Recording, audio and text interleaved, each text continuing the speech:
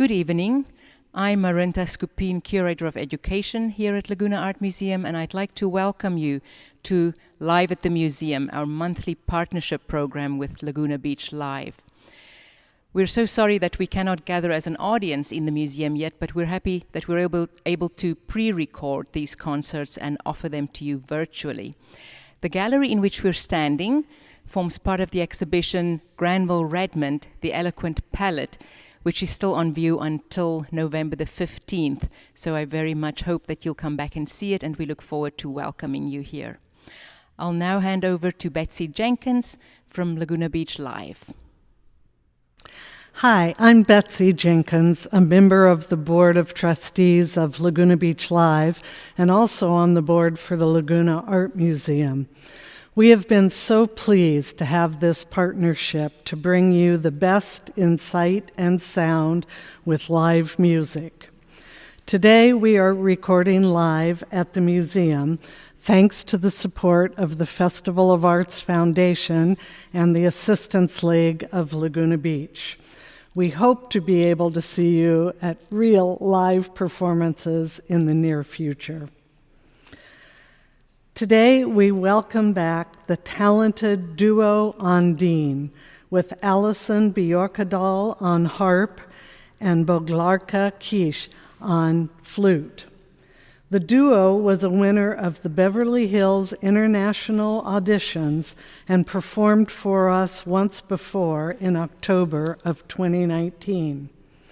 Alison is a freelance Grammy Award-winning musician who teaches and performs in the Los Angeles area. She has performed with the San Diego Symphony, the Pasadena Symphony and Pops Orchestra, the Long Beach Symphony, the Long Beach Opera, Opera Santa Barbara, and Wild Up. Alison teaches at California Institute of the Arts, CalArts. Bjorka is an award-winning flutist, performer, soloist, chamber and orchestral musician, and a recording artist. Her musical journey has taken her to many unexpected places, from opera in Montana, recital appearances in Europe, to recording on many kinds of flutes for film and album projects in LA's studio scene. We welcome the Duo Ondine. Thank you.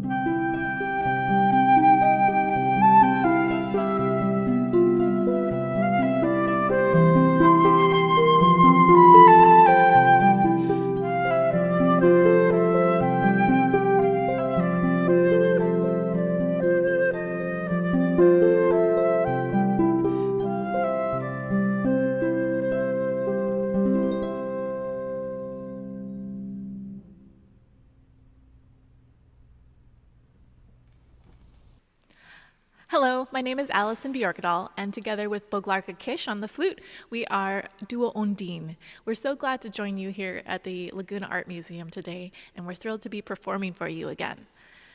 The piece we just performed was called The Fog is Lifting by Carl Nielsen. This is incidental music. It is actually meant to accompany a play. The particular music begins this play. It's called The Mother, in which we catch a glimpse of a mother on a foggy stage, and as the fog is swirling around her, she is saying farewell to her son. So there's a bit of bittersweetness to the piece we just played. We move on to our second work, which is J.S. Bach's Flute Sonata in G minor. There's a bit of a mystery surrounding all 6 of Bach's flute sonatas. Historically, we can't find any reference to when he created them in his life, and some scholars actually question if he created them at all. Regardless of if he created them or when or where, they are lovely pieces of music, and our favorite is the G minor version in which we're playing for you today. It has very intense, delicate, and intricate outer movements, and then a gorgeous, soaring, beautiful second movement. The accompanying instrument for this piece is originally dictated to be a harpsichord, but for you today, we hope you enjoy our transcription for flute and harp.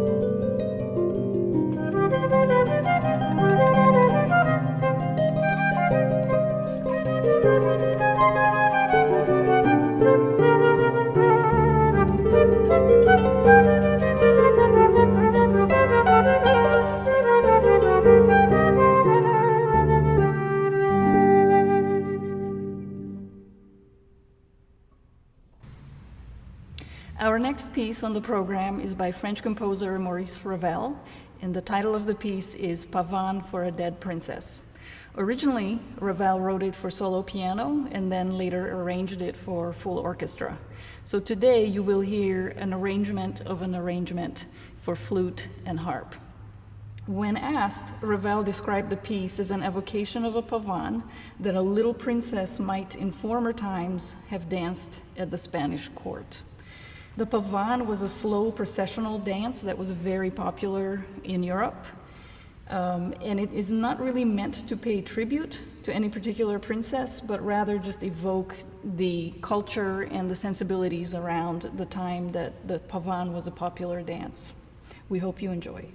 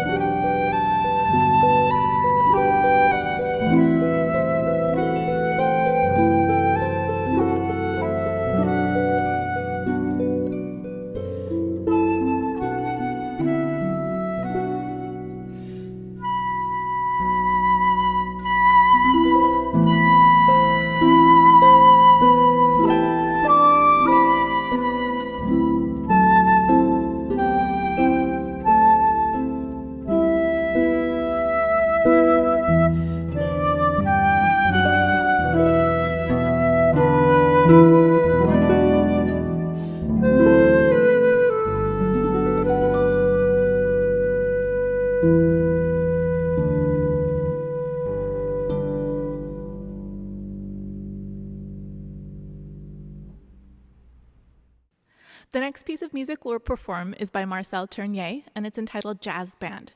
It's for solo harp.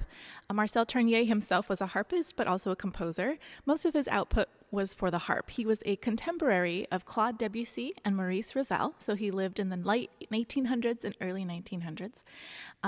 During the World War I, when jazz came to Paris, he was introduced to that art form, and this is his homage to that type of music. So you'll hear extended harmonies that you would find in jazz. You'll also hear a lot of syncopated rhythms in this piece, and he's going to play with color on the harp, and I'll do a couple of unusual things, such as moving my hands down on from their usual location to the bottom of the strings, and I'll flip my hand over and use my nails at times, and I will use my foot pedals at my feet to slide the notes a little bit like a jazz or blues musician would.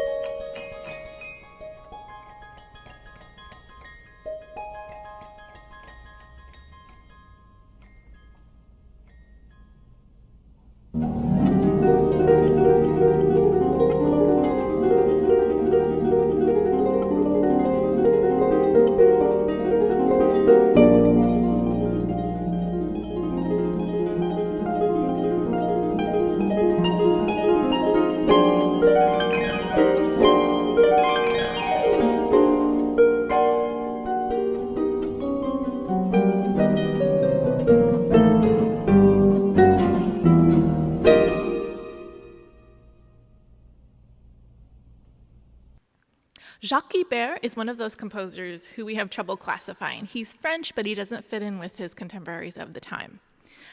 His entr'acte is part of an opera which is set in Spain, so you'll hear the sounds of Andalusia.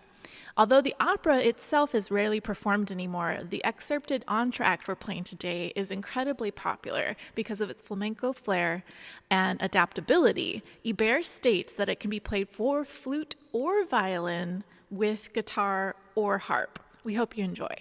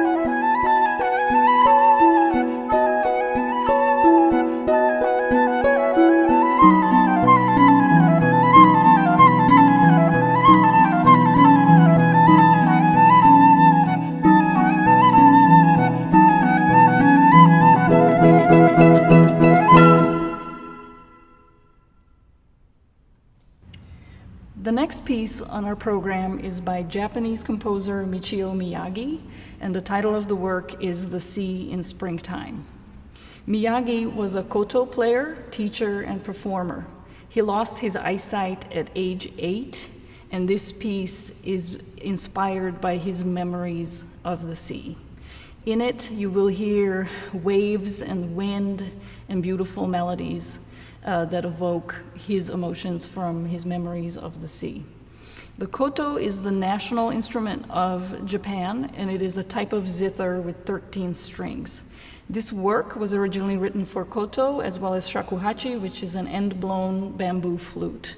Today's version is for harp, which is also a string instrument with 47 strings, and for flute, another wind instrument.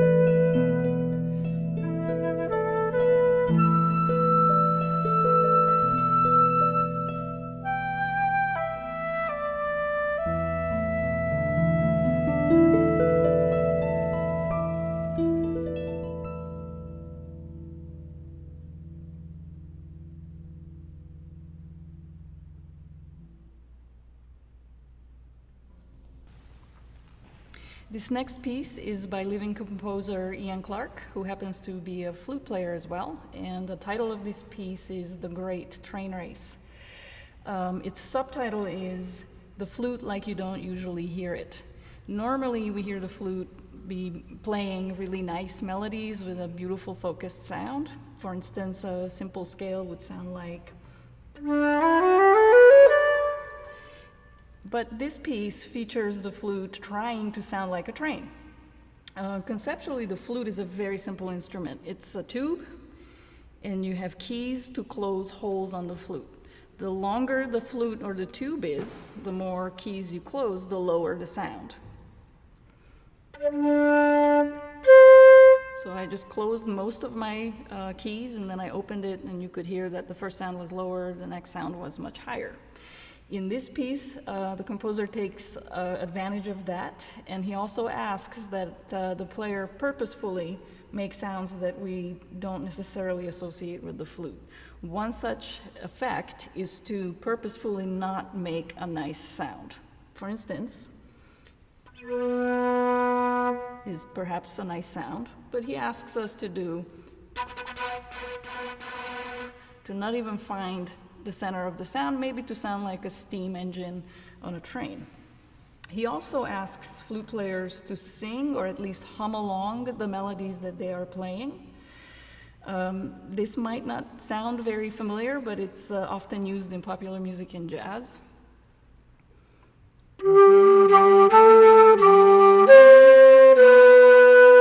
I'm humming the melody of the Happy Birthday song along with the notes that I'm playing. So at some parts of this piece, I'll be doing that as well. And lastly, the composer also came up with or suggested different kinds of ways to finger notes on the flute so that we sound, again, a little bit more like a train. For instance, we forego, again, that nice focused sound for something like this.